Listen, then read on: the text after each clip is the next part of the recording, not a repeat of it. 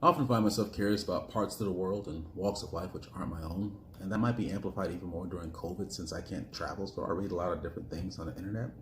And recently I've been curious about the thought, or maybe the stereotype, that Jewish people eat Chinese food on Christmas Eve and Christmas, sometimes in Chinese restaurants.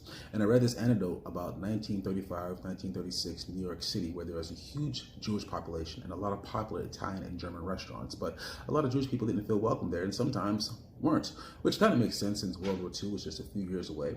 But on the other hand, Chinese restaurants welcome everybody, and the Chinese diet didn't use a lot of dairy, which partners really well with the kosher diet. So Jewish communities start to congregate there, eat food, banter, hang out, be Jewish, which is pretty cool. Another appeal is that Chinese culture is not Jewish culture. It's Chinese language, Chinese art on the wall, Chinese writing.